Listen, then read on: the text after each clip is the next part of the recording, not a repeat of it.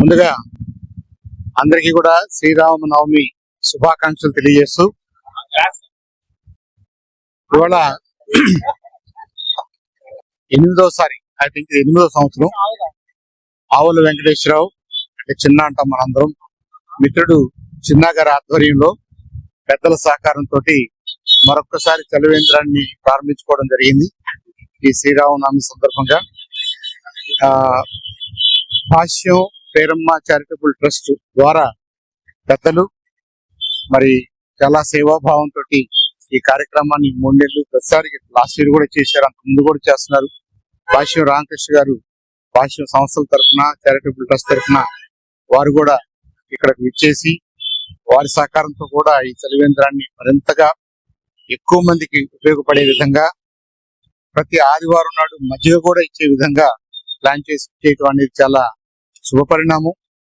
మరి చిన్నకి మరి ముఖ్యంగా చిన్న మిత్ర బృందానికి, అలాగే మా సుధాకర్ గారికి, మాగంటి సుధాకర్ యాదవ్ గారికి, అలాగే భాష్యం రామకృష్ణ గారికి, హనుమంతరావు గారికి, కిషోర్ బాబు గారికి, పెద్దలందరికీ కూడా పేరు పేరున మరొకసారి ధన్యవాదాలు తెలియజేసుకుంటూ మనందరం గమనించాల్సింది ఏంటంటే ఈ అనంత విషయంలో ఎక్కడైతే నీళ్లు ఉంటాయో అక్కడ మాత్రమే ప్రాణరాశి ఉండగలదు. నీళ్లు లేని చోట ప్రాణరాశి ఉండలేదు. ఏ ప్రాణమైనా కావచ్చు, ఎలాంటి రూపంలోనైనా ఉండొచ్చు. అదృష్టం కొద్దీ ఈ భూమి మీద మనము అత్యంత తీర్చిదిద్దబడినటువంటి జీవరాశిలో ఒకటిగా మనిషిగా ఇక్కడ మనం ఉద్భవించాం. అది మన అదృష్టం. సరే, మన పురాణాలు ఇతిహాసాల్లో దానికి అనేక కారణాలు చెప్తారు. ఏదేమైనప్పటికీ మానవ జన్మ అనేది అన్ని జన్మల్లోకి కాస్త ఉత్కృష్టమైన జన్మ, మంచి జన్మ, ఆలోచించి విచక్షణతో పనిచేయగలిగినటువంటి జన్మ మనకి ఈ విషయం భగవంతుడు మనకి ఇచ్చాడు.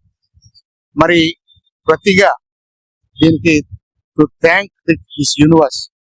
ఈ యూనివర్స్ లో లైఫ్ ని ఎలా అయితే సపోర్ట్ చేస్తుందో ఈ యూనివర్స్, ఆ సపోర్ట్ చేసిన యూనివర్స్ లో ఆ సపోర్ట్ కావాల్సినటువంటి మీరు అత్యంత విలువైనది, అత్యంత ఉపయోగకరమైనదని మనందరం గుర్తించాం. కాబట్టి ఇలాంటి సందర్భాల్లో మరి ముఖ్యంగా వేసవి కాలంలో అన్నిటికంటే ప్రధానం నీళ్లు తగ్గినప్పుడు అది అనేక రకాల ప్రాబ్లమ్స్ కు దారితీస్తుంది.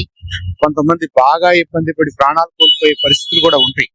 కాబట్టి వడదెబ్బ తగలకుండా, బాడీలో నీరు తగ్గకుండా, బాడీ ప్రశాంతంగా పనిచేయాలంటే, మనం సజీవంగా ఉండాలంటే అన్నిటికంటే ముఖ్యం ఒక రోజు ఫుడ్ లేకపోయినా, 2 రోజులు ఫుడ్ లేకపోయినా మనం ఉండొచ్చామో కానీ నీళ్లు లేకపోతే కష్టం అయిపోతుంది.